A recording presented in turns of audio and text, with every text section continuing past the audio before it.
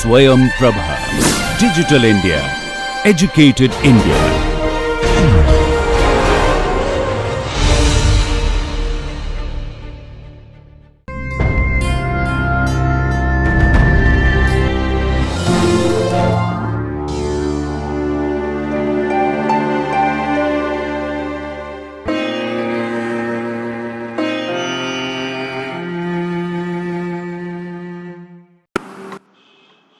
Well, what happens in the event of a disaster?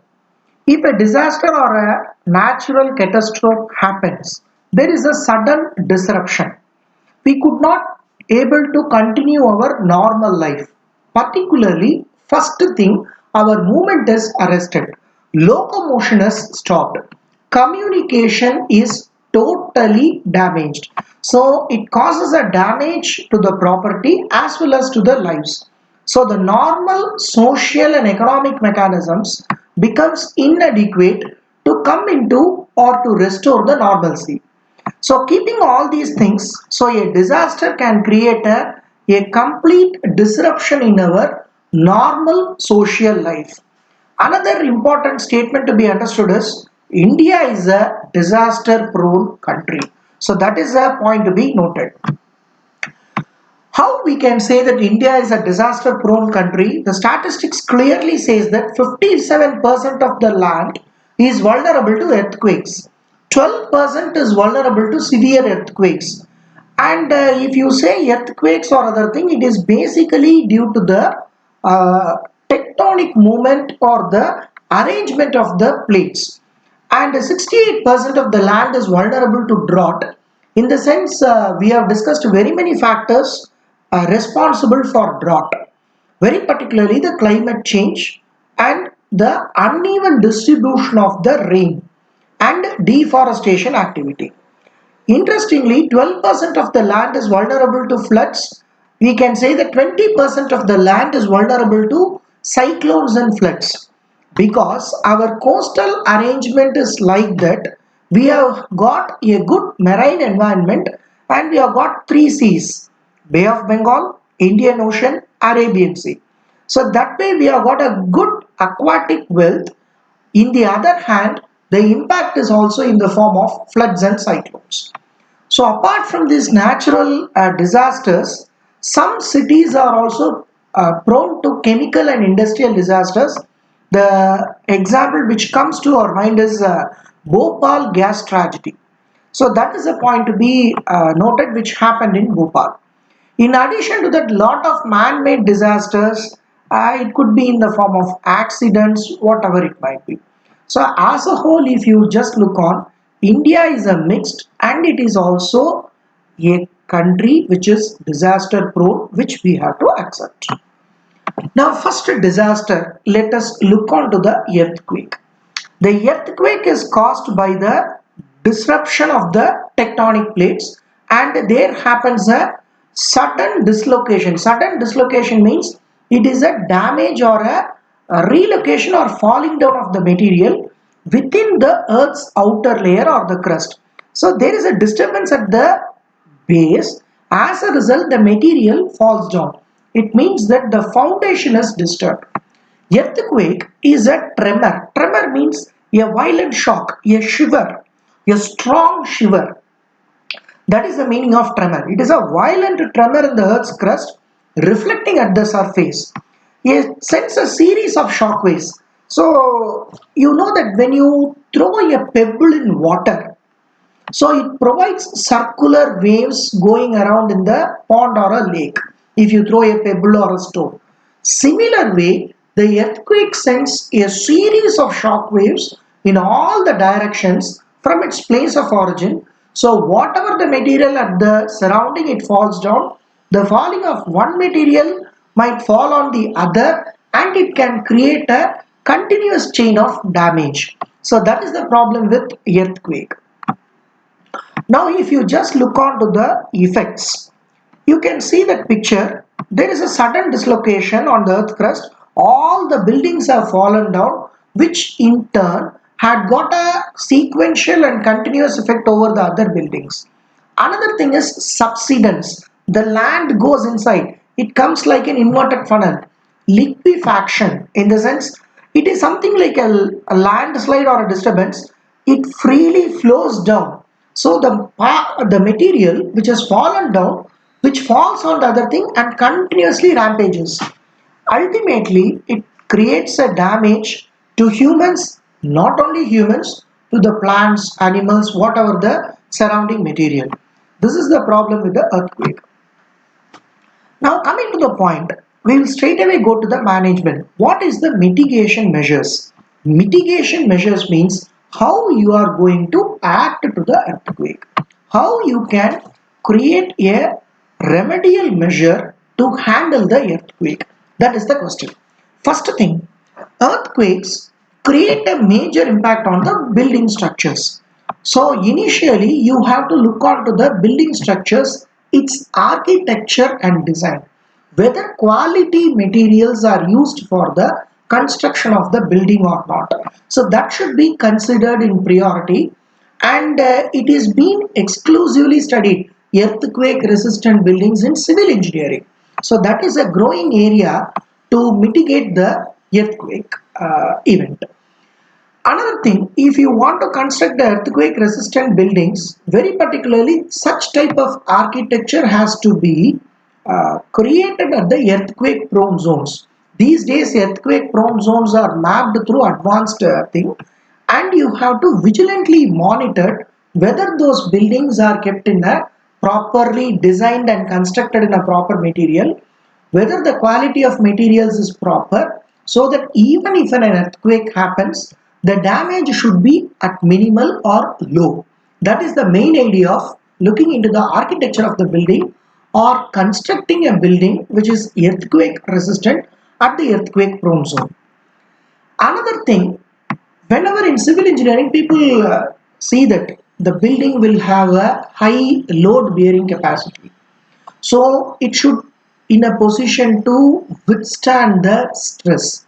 So the materials which can withstand the stress, so such architectural process or mechanisms should be infused in the construction of the building. Another thing is seismically safe construction materials. Of course, now it has been integrated in postgraduate and undergraduate civil engineering and many of the architectural programs about the disaster management or earthquake resistant buildings.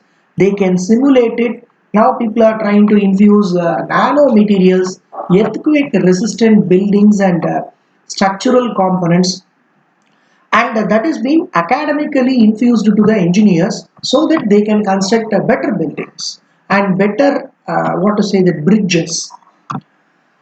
Now another hand is, if earthquake is going to happen or it has happened, the hospitals or other things should have emergency preparedness. If a person is coming with a bleeding or injury, so the casualties might be more.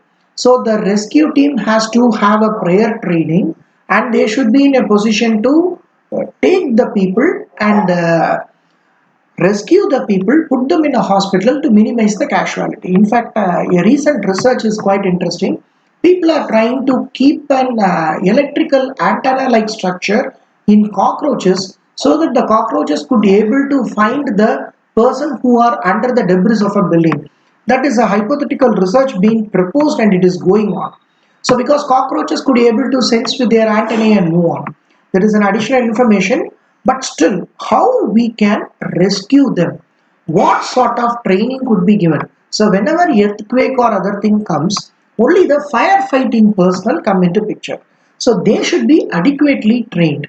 Another thing is, if it is a seismic zone, so construction of industries or schools or hospitals or educational area, those should be evacuated to the safety zones.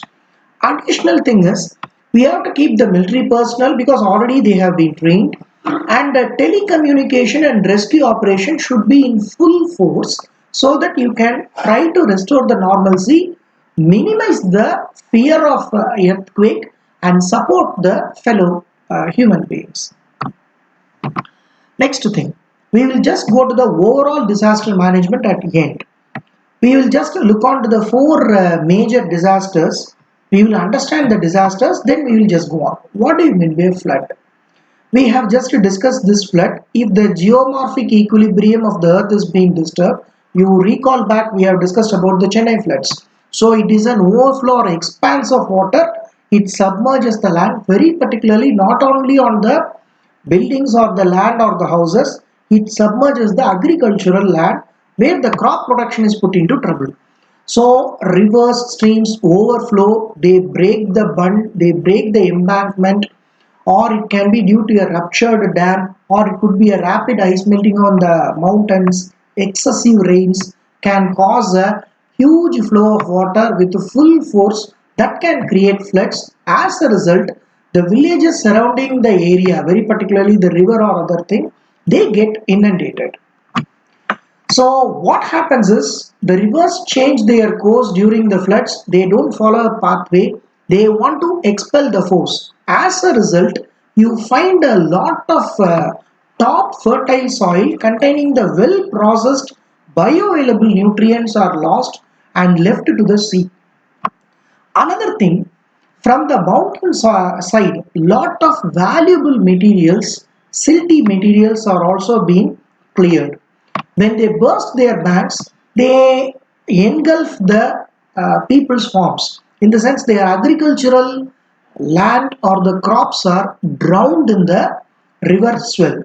Another thing, agricultural lands, crop lands, all these things, so it lead to the loss of the crops, cattle, farmers, and the whole property and lives of the community who are living near the flood prone zone or the flooded area.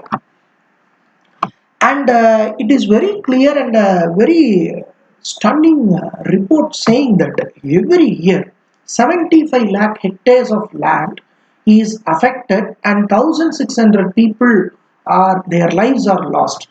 Of course, lives are lost, their property is lost, home is gone, and it is really a serious issue to be noted, and it creates a damage to crops, houses, and public utilities. So, restoring the normalcy after the flood, unless the flood water recedes, people cannot enter to restore the poles or telecommunication towers or other thing.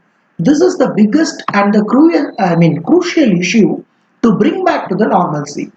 So ultimately what happens is the people get relocated, lot of civic amenities gets disturbed, the drinking water gets disturbed. So there are chances of this water mixing with the sewage, and the water quality also gets deteriorated, and the risk of epidemics, very particularly waterborne epidemics like diarrhea, dysentery, cholera can happen due to effects, due to the floods. And another important thing, cyclone by and large happens with the marine environment. Floods, it can related with the rivers. Cyclone could be referred with the marine environment. Both are more or less the impact is created with water only. And this cyclone is taken from a Greek word called cyclos. It means that coils of snake. You find the picture, you find the cyclone to be surrounding. It looks as if two coils of snakes are surrounded and they are trying to twine and entwine and untwine, and they are falling it. So this is caused by the atmospheric disturbances around a low pressure area, and it is caused by a destructive air, in the sense at the top layer clockwise direction of the air, at the bottom layer it is in an anti-clockwise. So the force is more there, washing away the water, hitting the coastal region with full force. So that is a point to be noted with the cyclone. When we just look onto the cyclone, you have to understand the process where the air circulates inward in an anti-clockwise direction, opposite direction in the northern hemisphere, and clockwise in the southern hemisphere. So it is something like twisting the thread or a rope with full pressure from the ocean, because the pressure from the ocean is more towards the land. And the tropical storms in the Bay of Bengal and the Arabian Sea, they appear like a coiled serpents in the sea, as if two snakes have been coiled together and it is looking alike. This is what the basic understanding of our cyclone. And it is needless to what to say that detail over it, but it is quickly to look on to the whole thing. Cyclones are characterized by their devastating potential. They create a huge damage to the structures, very particularly houses, lifeline infrastructure, very particularly electrical poles, and very importantly, the telecommunication towers, all the cables have been ruptured. In addition to that, it creates an impact, a problem for electricity and lifeline support systems at hospitals also. Food storage facilities, roads, bridges, crops, everything gets devastated in the sense completely gets damaged. And the fatalities in the sense people are getting because of the storm surge. The storm is coming along with the muddy water, so the people could not able to swim in that environment, and because of the torrential rain, flooding like anything in a fast manner completely devastate the home, life, property, and it leads to more casualties. And the cyclones have been characterized or differentiated based on the place where they origin. So the equatorial region is the center, above which we call it as tropical Cancer, Tropic of Cancer, and below that we call it as Tropic of Capricorn. So if the cyclones develop in the regions between the Tropic of Cancer and Capricorn, we call it as a tropical cyclone. This is the general name given for a cyclone. And if it is coming from China Sea and Pacific Ocean, it is called as typhoons. Hurricanes, when they come from the Caribbean Sea and Atlantic Ocean. In fact, people say that hurricane lamb, which can withstand even the pressure of the wind, they doesn't get doused. And when it comes from Guinea Islands of West Africa and southern USA, they are called as tornadoes. And if they come from Australia, they are called as willy willies. If it comes from Indian Ocean, it is called as tropical cyclones. And if you just look on to the states which are more affected, the coastal states of Tamil Nadu, Andhra Pradesh, particularly Vishakhapatnam, Odisha, and Bay of Bengal. So if you just look on, these are the major zones which are impacted by cyclones, and the place from it originates. They just give the name. In fact, recently we have experienced Nisarga cyclone which came and impacted. Now, if you just look on to the characteristics of these cyclones, their diameter, I told you it is something like a cyclical thing. Two serpents coiled together. Their diameter is 50 to 320 kilometer the size. Imagine 320 kilometer size is a large area. So there, that is the reason the pressure comes with full force.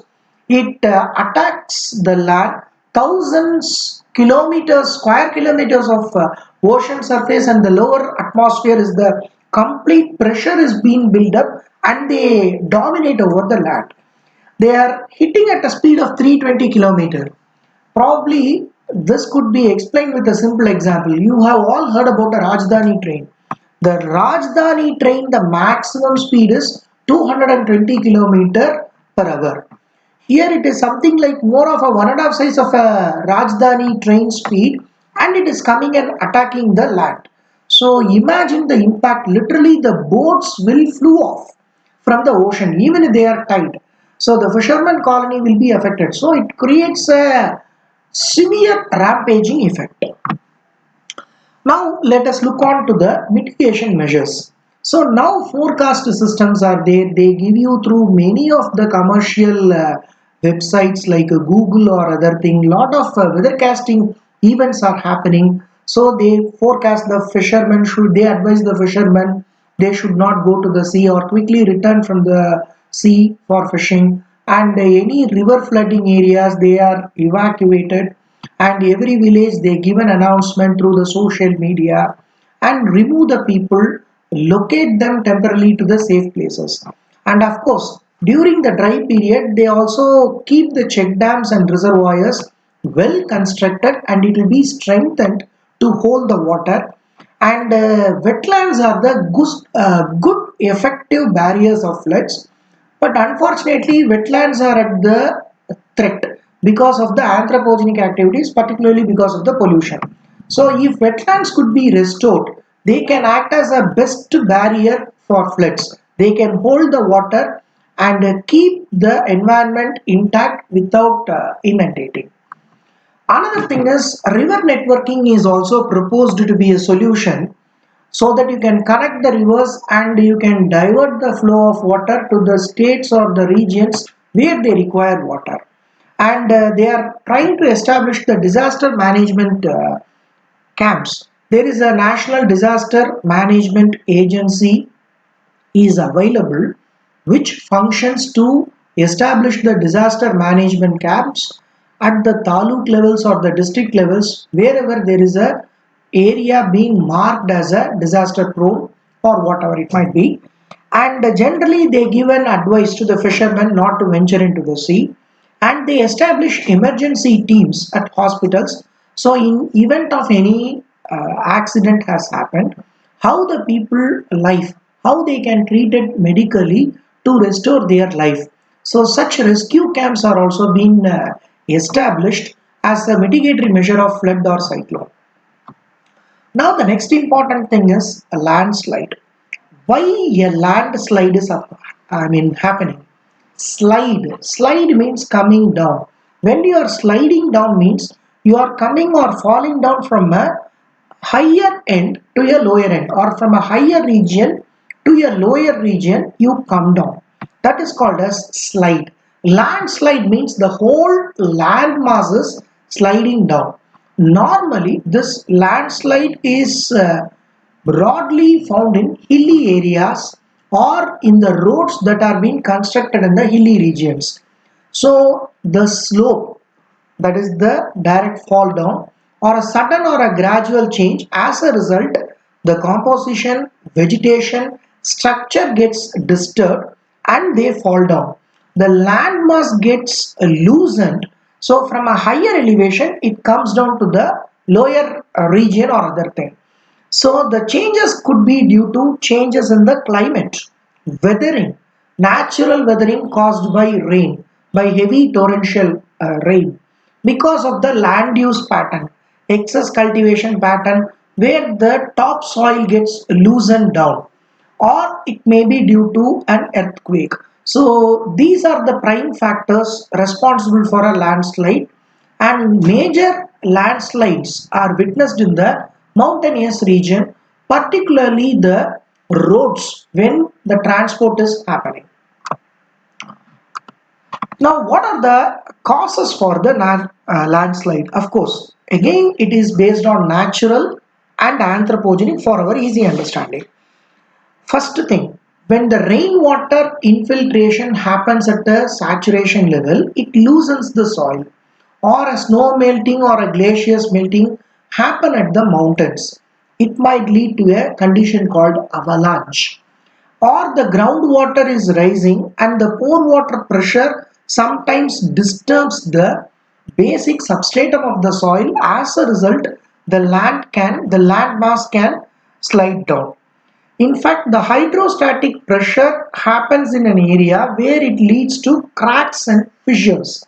Those fractured soil, which in addition due to the natural clearance of the forest, can aggravate the landslide. Maybe the vegetative structure is not properly arranged, the nutrients are not proper, the soil structure is also loose, very particularly after a forest fire or a wildfire in the forest. So that could can also create an impact to have a landslide.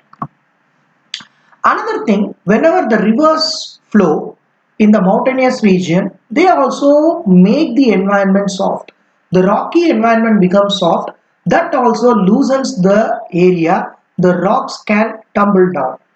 Another thing, natural weathering process. In the sense, the rocks are withering. It means that it is being broken into small pieces, finally converted into a soil. This can happen naturally because of the impact of the sunlight or because of the heating or cooling process by the water and sunlight or general mineral dissolution can lead to physical and chemical weathering. The soil can get loosened down and it can slide it down. And the major issue is earthquake. In fact, there may be a unstable slope, and if soil liquefaction occurs, in the sense if the soil becomes liquid in nature, weaker, it slides down. So that eventually creates an impact. Another thing is volcanic eruptions, which happens in the mountainous side. So these are some of the natural causes of landslides. Of course, needless to mention, but we can quickly have a revise over the man-made causes. Deforestation, cutting of trees. So literally you are exposing the ground to the sunlight, aggravating the process of withering, and you are changing the course of water flow. Topsoil is being eroded, and literally you are creating or paving a way for earthquake. And also the cultivation or construction of buildings, the vibration caused due to the machinery or the traffic, deep borewelling, all these things, blasting in the event of extracting the minerals from the earth's surface. Whenever they go for a strip mining, landslides are happening in a frequent manner. Another thing is, in the event of changing the landscape, so they are defacing the landscape in the event of construction in the hilly regions or paving a road, that can create some sort of impact over the earth, and that can slide down where the land mass gets loosened and falls down along with the water force. Very particularly shallow soils where the soils can easily sink down. So whenever they remove the vegetation, so what happens is it exposes the bedrock. Automatically when it is exposed or other thing, whenever they clear that environment, the rocks fall down. And agricultural activities, particularly the logging activities, cutting of trees for commercial timber, urbanization, constructing buildings can change the amount of water infiltrating in the soil. So the soil gets logically compacted, tightened, and it can lose its moisture, can just withered off and fall down. So that is also a cause for a landslide. Now the question comes how we can mitigate or remediate, how we can stop it. So the simple thing is physically you can control the landslides if the exposure of the population facilities to create an impact over the area, defacing that area if it is minimized, that could by and large control the landslide. Another thing is lot of developmental programs you have to involve where if the existing topography has to be maintained. The exploitation of natural resources should be minimized or it should be balanced so that the pressure on the ground should not be more. So the balance load on the ground should not be permitted. That is what we are saying. So exploitation of the natural resources, particularly mining minerals, this creates a problem with landslides. In most of the mountainous regions, the drainage area is being blocked. So that creates a pressure, loosens the bedrock, and the landslide happens. So the drainage has to be cleared. It could be a natural drainage. And erosion control measures in the form of constructing natural plant growth, bamboo check dams, terracing it properly with the jute or coir netting, and rockfall control measures where you can go for a grass plantation and keeping a masonry wall, vegetated dry masonry wall, retaining the wall, maintaining it so that it can prevent the landslide. And very importantly, deforestation activities should be curbed, and afforestation activity should be improved in the landslide or landslide prone region or mapped region so that the landslides could be controlled. Now, if you just look on, we looked on to the four disasters, how we can manage them.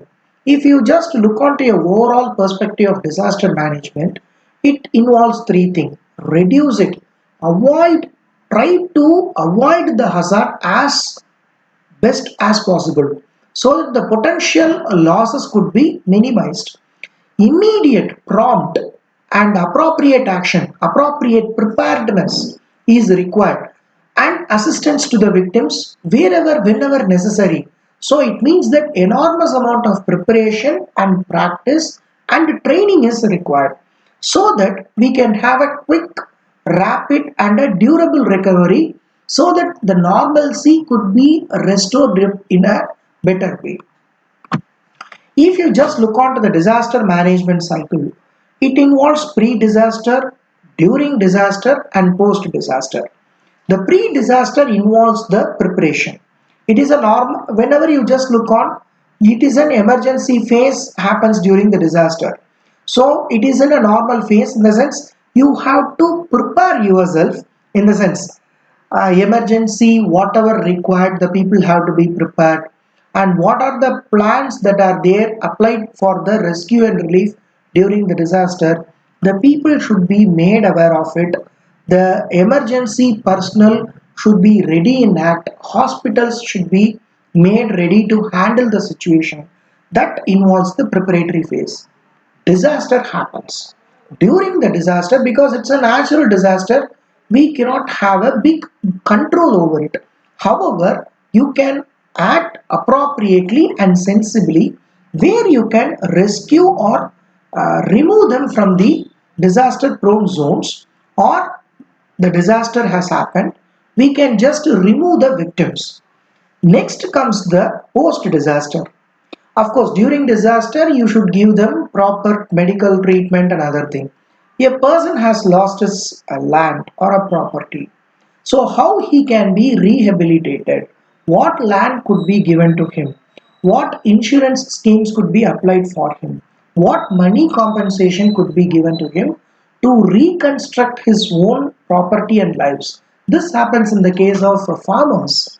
And how you can integrate the national disaster management policy. What are the mitigatory measures you can happen so that the post disaster helps in the quick recovery of the people? So this is what the disaster management cycle, which is quite important, and this is what been applied for the whatever the major disasters we face upon, like floods or cyclones, earthquakes, or in the form of landslides. Now, one example we can have during cyclone. So, cyclone normally happens between May, June, or July. So, before the disaster, January to April, well before, now the meteorological department is adequately equipped. They can forecast and inform us. This is the issue. A cyclone has formed, a low depression area is noticed in the Bay of Bengal or Indian Ocean, whatever it might be. Accordingly, based on the forecast being set by the meteorological department, we can prepare, make the people to evacuate well before the cyclone hits. During May or June or July, whatever it might be, during the disaster phase, that is the actual time period. So we have to monitor, more or less we have saved the lives of the people. There might be a few property damage which we are helpless, very particularly fishermen property, their boats or other thing could be disturbed, colonies could be disturbed, they may not have the job during the time. So during that time they can be given some sort of other financial assistance so that they can come out of the hardship. After the disaster is over, how best we can rescue them, give them a relief, make them to stay in some sort of schools or colleges or other thing, keep them in a safe shelter. We can give them all the best sanitary facilities, food, drinking water, clean drinking water, minimize the waterborne diseases or vector-borne diseases, make them to rehabilitate and reconstruct their life. We can give fiber boats or a thing. Of course, government is already implementing it. Their life is restored back so that their normalcy is being started. They resume to the work after June or October. So that is a crucial phase. where it has to be done in a fast manner. So if you just look on, it could be a pre-disaster, disaster and a disaster cycle. So that way we can function for managing a cyclone. Now coming to the elements at risk. In any disaster, these are the major elements. First thing, people, human life. Second thing, livestock, cattle, rural housing stock. It could be a chicken or whatever it might be, hen, fowl or whatever it might be. Another thing, houses are vulnerable. In the sense their buildings can be shook because of an earthquake, or it could be rampaged by a flood or a cyclone. The crops can get damaged, trees can get uprooted, so their movement of the people could be arrested. Telephone and electric poles can fall down, it can lead to leakage of electricity, or our communication mechanisms may be hampered. In addition to that, boats, working implements, very particularly oars or other thing, boats get totally damaged during the cyclone. In addition to that, personal property, the land, the house may get devastated or broken down during a landslide or a earthquake. So electricity, water, food supplies, these are the major essential constituents for a ease life, a comfortable life. Finally, the infrastructure support, the common amenities, the government office or any other thing, general civil amenities, the park or a pathway or a connecting highway, road, all the things could be damaged. So these elements should be continuously monitored so that the risk could be minimized or managed. Now coming to the disaster response, if a disaster is going to happen, how we can respond with our awareness. First thing, a warning is given, of course. National Disaster Management Act as well as the agency gives enough warning through Indian Meteorological Department. So it maps the different zones. Then they are giving a second level of warning to evacuate the people, keep them in a safe shelter. And when the disaster happens, the team personnel, emergency personnel, comes into activity and try to search the victims, rescue them, put them into a safe shelter. Then a proper financial or economical assessment is being carried out, keeping very many parameters in hand. They just look on how to assess the situation. So how best we can quickly relieve them from the disaster, reconstruct the whole process, rehabilitate them, rejuvenate them and put them to work. So what is the emergency relief operations could be conducted? What is the logistics and supply? On an average, a person consumes minimum 3 to 4 liters of water. If a group of 100 people are there, we require minimum 600 liters of water. How that water could be managed? Can we keep a tractor of water? That way a drinking water. And another thing is, what is the sanitary facility we can offer them? How much amount of food is required? Whether they require any electricity, a candle light, whether they require any dress. So of course, lot of support measures are given by the public. And the communication and information at the taluk level, village level, it will be informed. The village head will be informed, so they can safely bring the cattle back, or they can safely come out of their house, shelter them in the places allotted by the government. So these are some of the disaster response activities you look on. In addition to that, whenever the survivor, how to cope him up, what sort of psychological, physical, or biological support could be given to restore his welfare, to restore his health, security, how best the people could be safeguarded, and coordination of the thing, and how best you can expedite, fasten the rehabilitation and reconstruction. All these things is been emergency and organized coordination (EOC) that could also happen.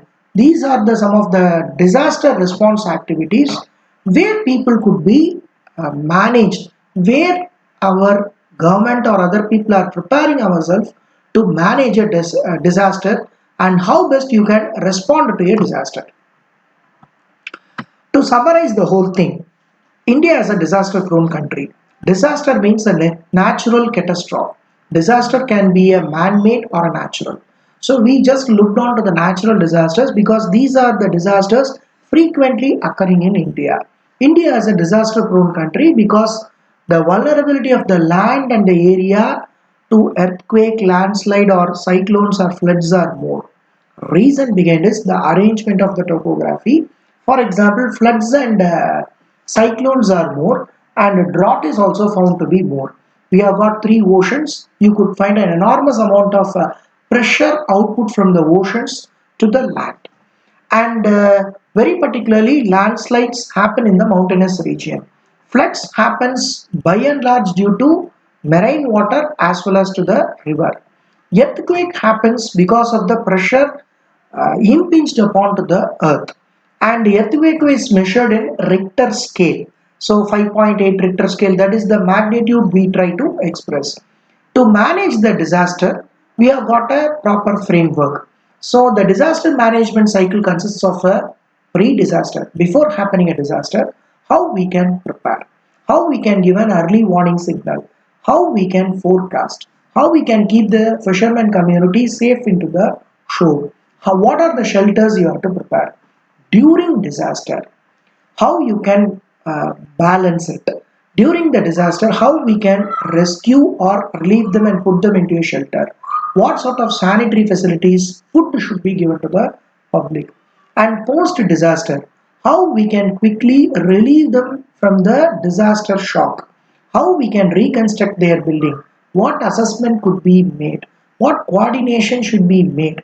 So what are the elements at risk that should be happening before the disaster? Then post-disaster rehabilitation, reconstructing their life and making their life restoring to the normalcy. That is what the disaster management cycle speaks upon. Uh, Thank you. Good morning, everybody. I am Jay Kumar, Assistant Professor in Environmental Science at Geetham University, Bengaluru campus.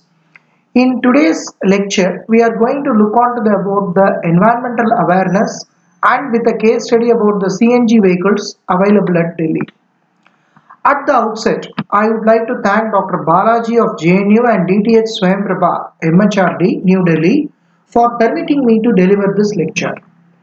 So in today's presentation, we are going to look on to the public awareness about the environment and how the public awareness has led to the CNG vehicles movement in Delhi. That is what we are going to discuss upon. Coming to the environmental awareness, before awareness, we should know about the ignorance. Many people are not understanding the environment or their surrounding. They don't change their attitude or behavior. They just like that spill the waste or spill spitting or any other thing towards the environment, which creates a lot of trouble. If they are aware of it, if they are very more sensible, they will not do any acts which are more human centric.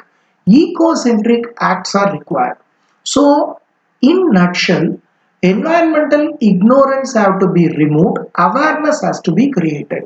So today, environmental studies is made as a compulsory course, ability enhancement course by MHRD, and it is prescribed from LKG onwards till the undergraduation level. So it is made as a compulsory course. So the students are getting educated, having an awareness. In fact, the whole presentation of this course is to create environmental awareness. And also it is being created to the public through mass media.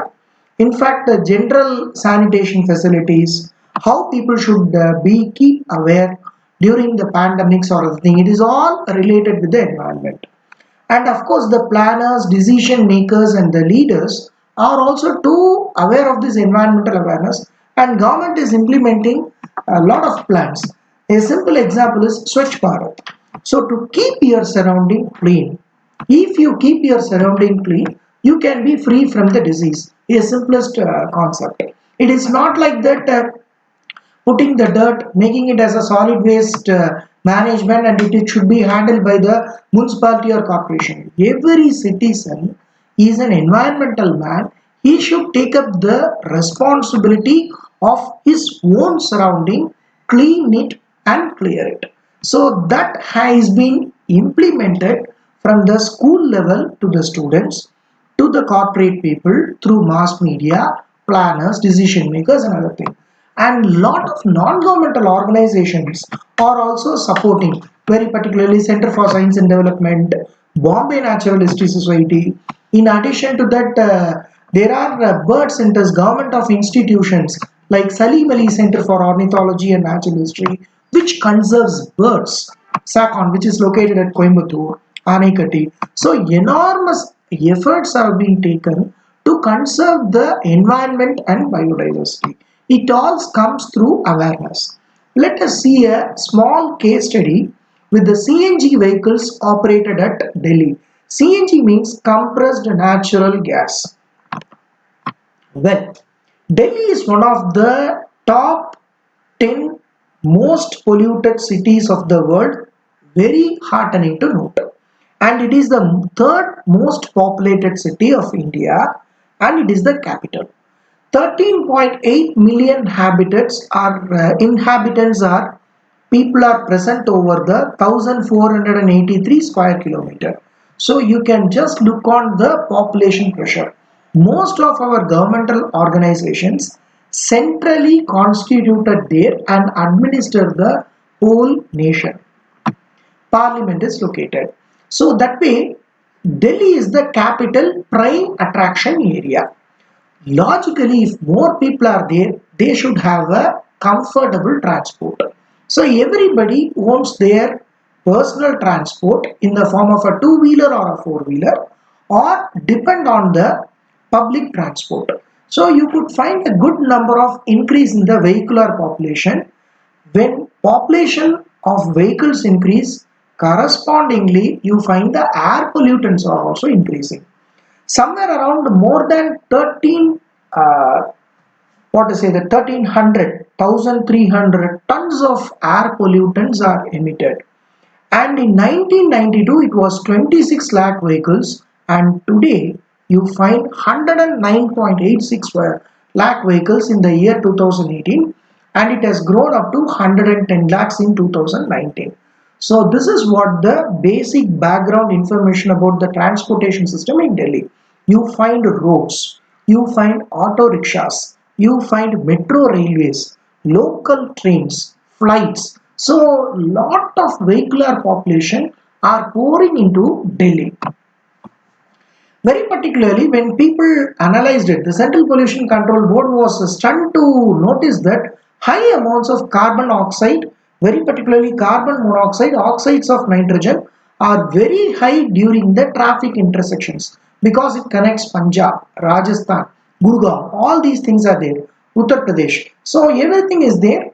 When they checked the oxides of sulfur to an extent with the permissible limit, but the suspended particulate matter usually exceeded the permissible limit, and very particularly you find lot of dust emissions from the power plants and other industries. So this is again a point to be noted. So immediately noticing the seriousness of the situation, the Supreme Court of India, the highest authentic uh, policy making body or Supreme Court of India, clearly ordered the government stating that you have to improve the air quality. So you have to augment the public transport to 10,000 buses, convert every them taxis or auto rickshaws to change their fuel, and it gave some time convert them into CNG because it emits less amount of pollutants. So all the 1919 auto rickshaws will have to be converted to 2000 by having clean fuels because they are all running in petrol or diesel. So the whole system has to be changed into a gas converter. So new vehicles with clean fuel technology by 31st March 2000, every vehicle has to be changed. That was the Supreme Court directive. So buses with the age of more than 8 years, don't allow them to fly, and make them converted into compressed natural gas, or they have to run on the clean fuels. That was the directive given. So the entire city bus fleet got changed into a single fuel mode very particularly of CNG. And you have to provide adequate gas stations to refill. So everything was established. So the Gas Authority of India expedited the process and they gave 9 to 80 CNG outlets all over the city to give the fuel in time and in an adequate manner. So as a result, when you just compare with the diesel bus, the percentage reduction with the CNG bus is somewhere around 56% in carbon monoxide reduction. More or less 80% reduction in particulates, very particularly suspended particulate. This research clearly indicated that CNG bus could be operated. And another advantages being noted down is CNG is less running cost. It gives the vehicle a longer service life, lower maintenance costs, and it reduces the demand for finite petroleum supply. And you could able to reduce the carbon monoxide emission by over 90%, and a drastic reduction of hydrocarbons were also noticed. So these are some of the advantages of the usage of the CNG vehicles. Another thing is the fuel consumption and engine efficiency are improved.